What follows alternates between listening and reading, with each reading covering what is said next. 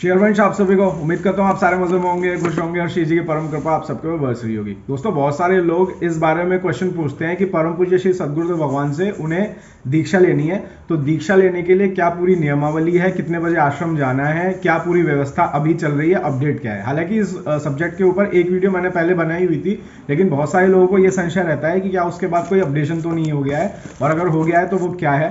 तो इस वीडियो में हम ये डिस्कस कर लेते हैं कि गुरुदेव भगवान से आपको अगर दीक्षा लेनी है तो उसके लिए आपको क्या दिनचर्या और क्या नियमावली आपको फॉलो करनी पड़ेगी, और फिलहाल आश्रम में क्या चीजों का अपडेशन किया गया है, मतलब क्या चीजें अपडेट की गई हैं, नई क्या चीज जुड़ी है, अगर जुड़ी है तो। वीडियो में आगे बढ़ने से पहले आपसे भी रिक्वेस्ट है, स्पिरिचुअल भारद्वाज सब्सक्राइब कर लीजिएगा ताकि ऐसे ही अपडेट वीडियोस आपके पास आती रहें।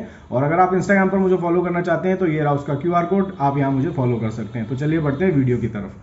दोस्तों, अगर आपको परम पूज्य गुरुदेव भगवान से दीक्षित होना है तो उसके लिए सबसे पहले आपको वृंदावन में राधा केली कुंज आश्रम में सुबह 5:30 बजे से 7:30 बजे के बीच में जाना है दीक्षा निवेदन के लिए।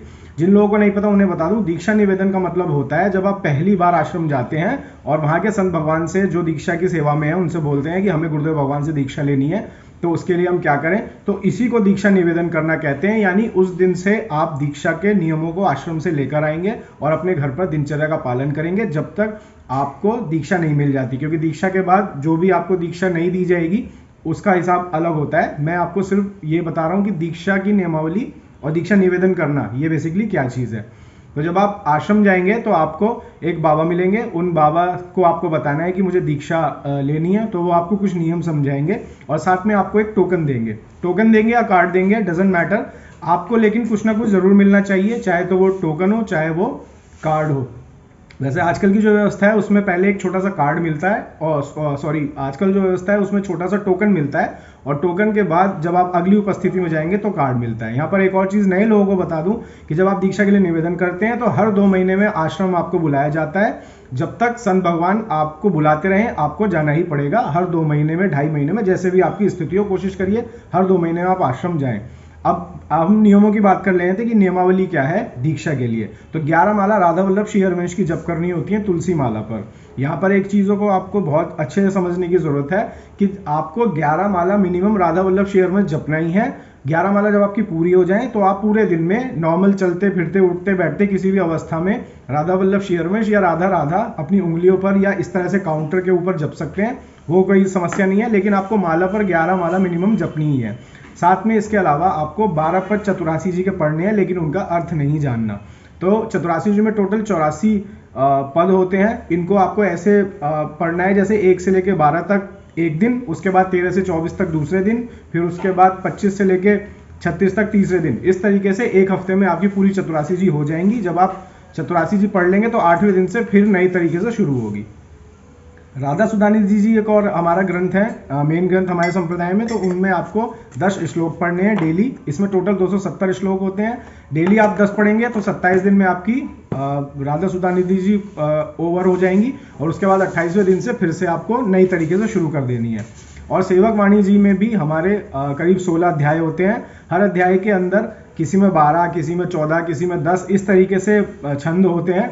हमें डेली 5 छंद पढ़ने हैं। तो मान लीजिए किसी अध्याय के अंदर 12 छंद हैं, तो एक दिन आपको 5 पढ़ने हैं, दूसरे दिन आपको अगले 5 पढ़ने हैं, और तीसरे दिन जो वो 2 रह जाएंगे वो पढ़ने हैं, और अगले अध्याय में से आपको 3 पढ़ने हैं, यानी टोटल 5 आपको पढ़ने ही पढ़ने हैं।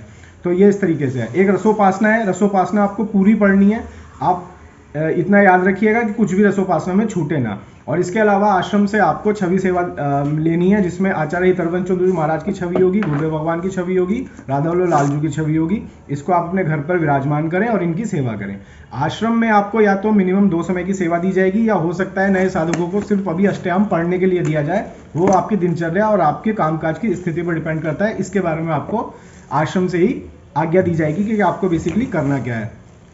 तो आप इस तरह से आप समझ लीजिए, ये बेसिक नियमावली है। जो नियम आपको कुछ महीने करने हैं, इसके बाद आपको दीक्षा मिलेगी।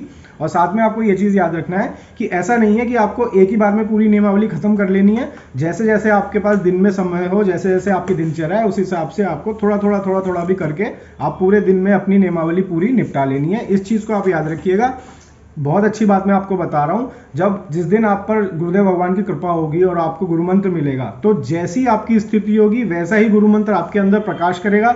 ये चीज आप हमेशा याद रखिएगा। इसलिए नियमावली बरतने में, नियमावली को करने में कोई कोताही मत बरतिएगा, किसी भी तरह की बात कभी भी सन भगवान से मत छुपाइएगा, क्योंकि वो आपके अंदर की भाव को पुष्ट करना चाहते हैं, ताकि आपके अंदर उस मंत्र को जब गुरुदेव भगवान दें तो वो अच्छे से प्रकाश करे आपके अंदर और आपका पूर्ण कल्याण हो जाए। तो इसलिए किसी तरह की धोखेबाजी बहुत सारे लोग करते हैं, मेरी बातों का पर्सनली मत लीजिएगा, बहुत सारे लोग मैंने आश्रम में देखे हैं जो बातों को मिसगाइड करते हैं, आप ऐसी किसी कोशिश से बचिएगा।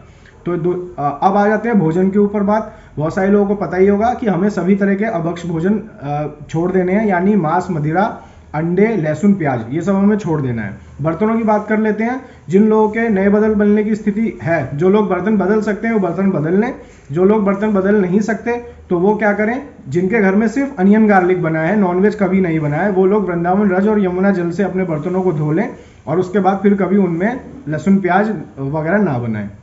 जिनके घर में लहसुन प्याज के अलावा नॉनवेज भी बनता है तो उनको अपने बर्तन अलग करने ही होंगे, ये डैम श्योर है इस बात को। तो बस यही चीज़ है, इन नियमों का आपका ध्यान रखना है। और जिसका अभी भाई बहन का कोई क्वेश्चन बचता हो तो मुझे कमेंट सेक्शन में कमेंट कर लीजिएगा, मैं आपको रिप्लाई कर दूंगा। और जल्दी मिलूंगा आपसे एक नई वीडियो पर, नए कंटेंट पर। अपना ख्याल रखिए, मुस्कुराते रहिए, शेयर पंच।